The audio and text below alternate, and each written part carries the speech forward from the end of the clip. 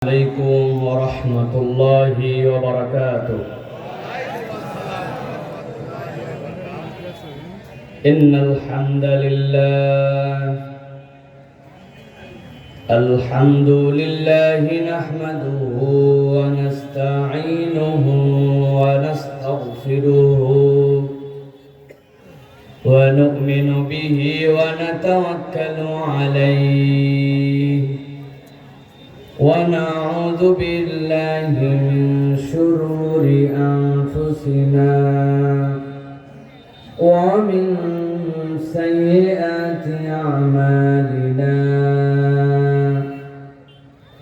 من يهد الله فلا مضل له ومن يضلل فلا هادي له. وأشهد أن لا إله إلا الله وحده لا شريك له، وأشهد أن سيدنا وحبيبنا وطبيب قلوبنا محمد الذي أرسله بالحق بشيرا ونذيرا وداعيا إلى الله بإذنه وسراجا منيرا. فقد قال الله سبحانه وتعالى في كلامه المجيد وفي فرقان الحميد. أعوذ بالله من الشيطان الرجيم. بسم الله الرحمن الرحيم.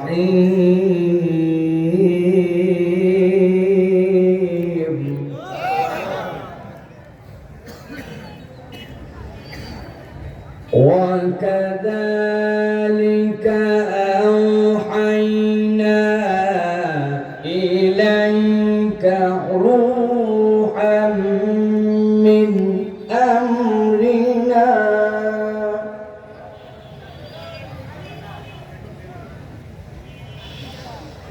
ما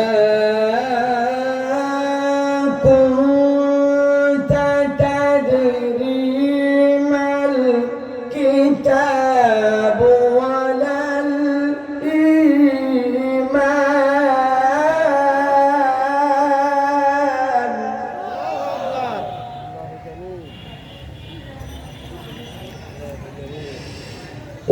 الإيمان ولكن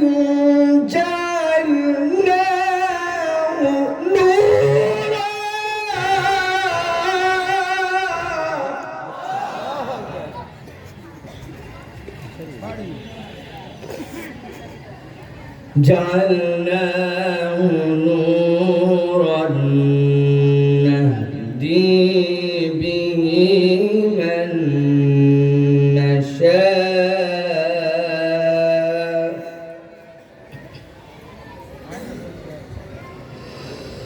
من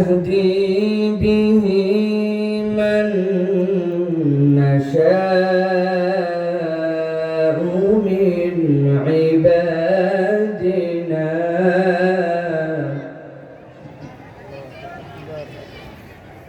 وإنك لتهدي إلى صراط مستقيم.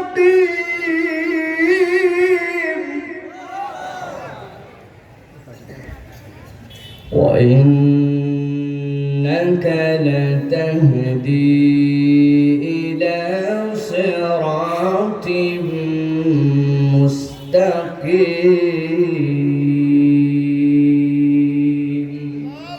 وقال الله سبحانه وتعالى آمرا ومخبرا للمؤمنين والمؤمنات إلى يوم القيامة إن الله وملائكته يصلون على النبي يا أيها الذين آمنوا صلوا عليه وسلموا تسليما اللهم صل على محمد وعلى آل محمد كما صليت على إبراهيم وعلى آل إبراهيم إنك حميد مجيد اللهم بارك على محمد وعلى آل محمد كما باركت على إبراهيم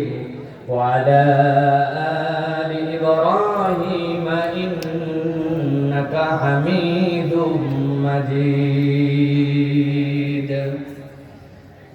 الحمد لله দয়াময় মেহেরবান মাহবুব আল্লাহ রাব্বুল আলামিনের কাছে কৃতজ্ঞ হচ্ছি যে আল্লাহ রাব্বুল আলামিন আমাদেরকে আজকের এই কুলবাড়িয়া শঙ্করপুর বিকে হাফিজিয়া মাদ্রাসার উদ্যোগে 14তম বাৎসরিক তাফসীরুল কোরআন মাহফিলে সুস্থ রেখে কোরআন শোনার জন্য আমাদেরকে দীর্ঘ সময় পর্যন্ত আরামের বিছানা ত্যাগ করে গরমের মাঝে এই ময়দানে আসার বসার তৌফিক যোগ্যতা পরিবেশ মন মানসিকতা দান করেছেন সে আল্লাহর কাছে তারই শেখানো বাক্যে কালিমাতুশ শুকর আদায় করি সকলে আনন্দ চিত্তে বুলন্দ আওয়াজে আল্লাহ রাব্বুল আলামিনকে খুশি করার জন্য পড়ছি আলহামদুলিল্লাহ দরুদ এবং সালাম বর্ষিত হোক মানবতার মহান মুক্তির দূত আকায়ে নামদার তাজদারে মদিনা আপনার আমার প্রিয় রাসূল জনাবে মুহাম্মদুর রাসূলুল্লাহ সাল্লাল্লাহু আলাইহি ওয়াসাল্লামের প্রতি আজকের এই মোবারক মজলিসের সুযোগ্য সম্মানিত সভাপতি বাংলাদেশের অন্যতম প্রথিতযশা একজন ডাক্তার অর্থোপেডিক্সে বাংলাদেশে যে 5-7 জন মানুষ আমাদের দেশকে পুরো পৃথিবীতে রিপ্রেজেন্ট করেন আপনাদের এই এলাকার কৃতি সন্তান অধ্যাপক ডাক্তার গোলাম ফারুক আল্লাহ রাব্বুল আলামিন এই সম্মানিত ব্যক্তিকে আরো সম্মানিত করুন সকলে বলে আল্লাহুম্মা আমিন আজকের এই মাহফিলে আরো একজন বিশেষ ব্যক্তিত্ব আছেন আপনাদের 10 নম্বর শঙ্করপুর ইউনিয়ন পরিষদের সুযোগ্য চেয়ারম্যান বাবু গোবিন্দচন্দ্র চ্যাটার্জি এই মাহফিল এ বিষয়ে যার ঐকান্তিক ভালোবাসা আমাদেরকে আপ্লুত করে আল্লাহ রাব্বুল আলামিন তার অন্তরকে হেদায়েতের আলোয় উদ্ভাসিত করে দিন বলেন আল্লাহুম্মা আমিন কথা বলেছেন মাওলানা জিয়াউল ইসলাম যুক্তিবাদী সাহেব স্টেজে অপেক্ষমান এবং বসে আছেন বিভিন্ন পর্যায়ের উলামায়ে কেরাম ফজলায়ে ইজাম আপনাদের এলাকার গণ্যমান্য ব্যক্তিবর্গ আমার সামনে উপবিষ্ট সম্মানিত মুরব্বিয়ানে কেরাম আমার প্রিয় তরুণ যুবকেরা স্নেহের ছোটরা আলাদা পর্দার থেকে শুনছেন মা এবং বোনেরা সকলকে একবার সালাম দিয়েছি আরো একবার আপনাদের কাছে দোয়া পাওয়া এবং করার আশায় সালাম নিবেদন করি আসসালামু আলাইকুম ওয়া রাহমাতুল্লাহ আপনারা ভালো আছেন ভাই আপনি কেমন আছেন আপনারা ভালো আছেন আলহামদুলিল্লাহ ফুল এনার্জি আছে আপনাদের এনার্জি আছে রাত 11টার সময় এনার্জি আছে আপনাদের খাওয়া দাওয়া করে আসছেন না যে খাবে খেয়েও আসছে আবার যেও খাবে তাই না ভাই একমাত্র কোরআনের মাহফিলে রাত 11টার সময় ময়লা বিছানার উপরে মাঠের মধ্যে বসে থেকে মানুষ বলতে পারে খেয়ে আসি নাই একটু বাদাম খেয়ে আসি যে খাবো অথবা যখন খেয়ে আসছেন ও খাবার কখন যে হজম হয়ে গেছে একমাত্র না খেয়ে হৃদয়ের খোরাক নেওয়ার জন্য কোরআনের আকর্ষণে কেবলমাত্র মানুষকে 11টা পর্যন্ত বসায় রাখা যায় অন্য কোন লোভ দিয়ে এই মানুষকে বসানো যায় না আপনারা রাজনৈতিক সভা সমাবেশ দেখেছেন আপনাদের এই স্কুলের মাঠ যদি কোনো রাজনৈতিক সমাবেশ হতো আর রাত 11টার সময় মানুষকে এরকম বসায় রাখতে হতো তাহলে অন্তত পক্ষে 5 ধরনের খরচ করা লাগতো মহিলা হলে শাড়ি পুরুষ হলে লুঙ্গি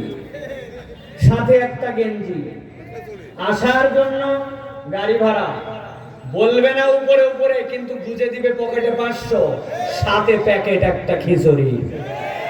তারপরেও লোক মাঠে থাকতো না, সব পাওয়ার পরে দেহাটা, ঠিক কিনা? কিছু দালাল থাকে, তাছাড়া সব থাকে না। কিন্তু একমাত্র কোরআনের মাহফিল, যেখানে টাকা পয়সা তো দূরের কথা, উল্টা পকেট থেকে টাকা নেওয়া হয়, তারপরেও কোরআন শোনার জন্য মানুষ বসে থাকে, এটাই কোরআনের আকর্ষণ, ঠিক কিনা? বাকি কোথাও আপনি মিলাতে পারবেন না হিসাব। আর এই কয়টা লোককে ঠান্ডা করার জন্য কত পরিমাণ গ্রাম পুলিশ, কত পরিমাণ স্বেচ্ছাসেবক, আর কত পরিমাণ ধাক্কা ধাক্কি, এটা আমাদের জানা আছে, ঠিক কিনা? কিন্তু এই কোরআন শোনার জন্য মানুষ আসে, এই মহাব্বতটা এখনো মানুষের হৃদয়ে আছে। কেন? কেননা কোরআনুল কারীমের একটা অবিশ্বাস্য আকর্ষণ আছে, যেটা মানুষ চোখে দেখে না, কিন্তু মানুষ হৃদয় অনুভব করে, ঠিক কিনা? কোরআনকে আপনারা বলেন জীবন্ত মুজিজা, বলেন না ভাই? মুজিজা মানে কি? বিস্ময়কর কিছু, যেটা স্বাভাবিক নয়, মিরাকল। কিন্তু কোরআনের মুজিজা কি যদি বলা হয়, কোরআনের মুজিজা কি বলেন? একজন বলতেছে, হুজুর ইশার নামাজের পরে ইউটিউবে 2 পৃষ্ঠা কোরআন শরীফ পড়ছি, পড়ার পরে সব জিনিসই ছাড়বো, মনে হয়েছে যে কোরআন শরীফটা তুলে রাখবো, ইউটিউব, ফেসবুক, কিন্তু এমন ঘুম ধরছে আমার, ওই ইনস্টাগ্রাম, জায়গাতে আমি সব ঘুমাই গেছি। এখন সোফার টেবিলের উপরে কোরআন শরীফ পড়তে পড়তে ঘুমাই গেছে। পরে সদরের সময় উঠে দেখে কোরআন শরীফ একা একাই নড়াচড়া করতে করতে করতে করতে আলমারির উপর উঠে কোরআন শরীফ বন্ধ হয়ে বসে আছে। আপনাদের এলাকায় এরকম কোনো ঘটনা ঘটছে বা? বুঝে বলেন, আন্দাজে একদম আমার একটা সুবহানাল্লাহ ইউটিউব বলছে। চ্যানেল অনকে সাবস্ক্রাইব ছিল। এরকম কোনো ঘটনা ঘটছে ভাই? তাহলে কোরআন কেমন করে মুজিজা হলো? কোরআন কেমন করে জীবন্ত হলো? প্রিয় ভাইরা, কোরআন জীবন্ত এইভাবে 1450 বছর আগে কোরআনের যে বিধান এসেছে, এখনো পড়লে মনে হয় যে কোরআনের